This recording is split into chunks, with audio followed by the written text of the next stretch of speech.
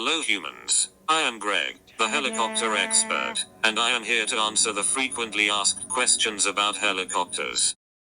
Question 1. What are the main parts of a helicopter, and what are they made of? Well, there is a cockpit, which is the control center of the helicopter. Usually helicopters will require 2 pilots, otherwise 2 people would be able to sit in the front. The main rotor is the blade at the top of the helicopter and also the most important part. It lets the helicopter move, change altitude and turn. Before the 1960s, the rotor was made of wooden fabric. Now, fiber reinforced resin is what most rotors are made of. It can also be put together with an external sheet metal layer to protect the edges. The main rotor usually has 2 big blades. The tail rotor is the separate rotor at the tail of the helicopter, which keeps the helicopter stable from the main rotor. Without the tail rotor, the main rotor would fly in the opposite way. The tail rotor has 2 smaller blades. The landing gear is the 2 bars below the helicopter, which are crucial to landing.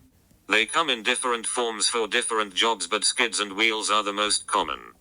A flat metal accessory called helicopter bearpaws can also be added if landed on uneven surfaces.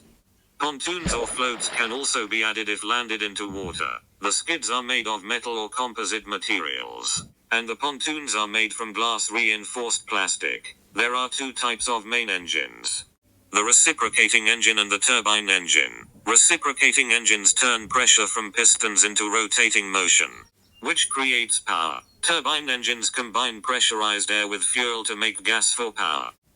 Second question. How does a helicopter hover and move, and what parts are important for hovering?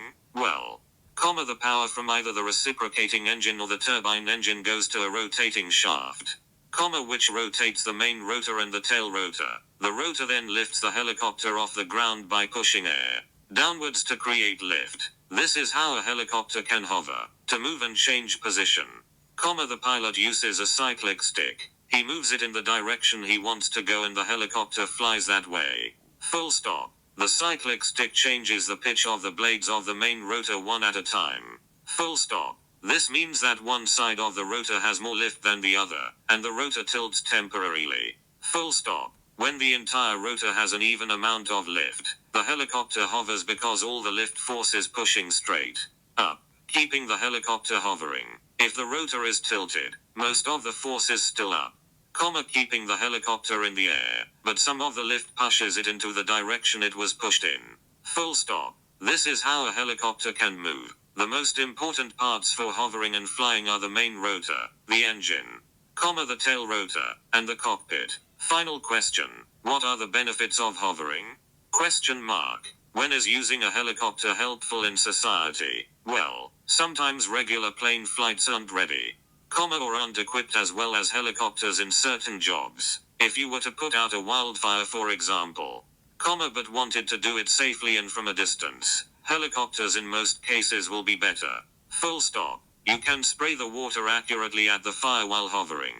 Full stop. It's easier than constantly moving and having to spray it at the right time, at the right place, like in a plane. Full stop. Helicopters can also travel to remote areas, mountainous areas, or over giant water expanses. Full stop. They can also land on uneven surfaces, and they need a smaller landing area and might land nearer to or at hospitals. For medical emergencies, helicopters can also fly without needing a runway, unlike planes. Full stop. Helicopters are also very fast. They can travel up to 160 miles per hour. Full stop. This makes helicopters a perfect emergency automobile. Thank you all for tuning in. This is Greg, signing out.